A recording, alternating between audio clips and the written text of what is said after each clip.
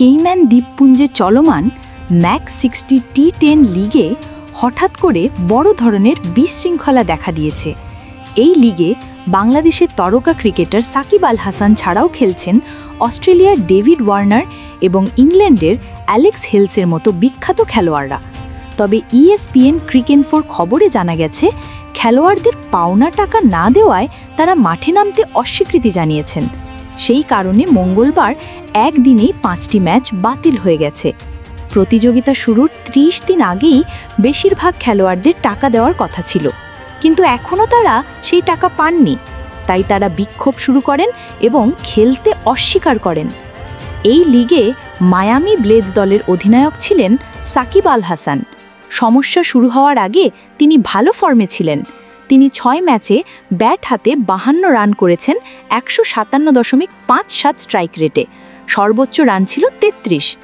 বল হাতেও দারুণ ছিলেন সাকিব, নিয়েছেন 5টি উইকেট। সেরা বোলিং ফিগার ছিল 2 উইকেট নিয়ে 11 রান খরচ। তার ইকোনমি রেট ছিল 8.46। সাকিবের অলরাউন্ড পারফরমেন্স এবং নেতৃত্বে মায়ামি ব্লেজ ভালো অবস্থানে ছিল। এই টুর্নামেন্ট পরিচালনা করছে দুবাই ভিত্তিক একটি সংস্থা, নাম BMP স্পোর্টস। এই সংস্থাটিও টুর্নামেন্ট নিয়ে রহস্যময় আচরণ করছে এখন। তারা প্রথমে ঘোষণা দিয়েছিল যে ফাইনাল ম্যাচ হবে ক্যারিবিয়ান টাইগার্স এবং ভেগাস ভাইকিংসের মধ্যে, অথচ ম্যাচ বাকি আরও অনেকগুলো। কিন্তু পরে সেই পোস্ট তারা সরিয়ে নেয় এবং 5ম স্থানে থাকা গ্র্যান্ড কেইম্যান ফ্যালকনসকে নিয়ে এক ধরনের রানার আপ প্লে অফ আয়োজনের কথা জানায়। এই ঘটনায় পরিস্থিতি আরও ঘোলাটে হয়ে ওঠে। খেলোয়াড়দের পাশে দাঁড়িয়েছে বিশ্ব ক্রিকেটার্স অ্যাসোসিয়েশন। তারা এক বিবৃতিতে বলে যে চুক্তিগুলোকে আয়োজকেরা যেন কাগজের টুকরো মনে করছে।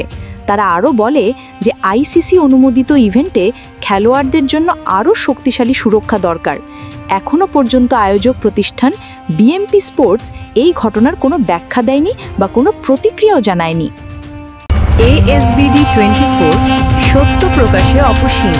চ্যানেলটি সাবস্ক্রাইব করুন।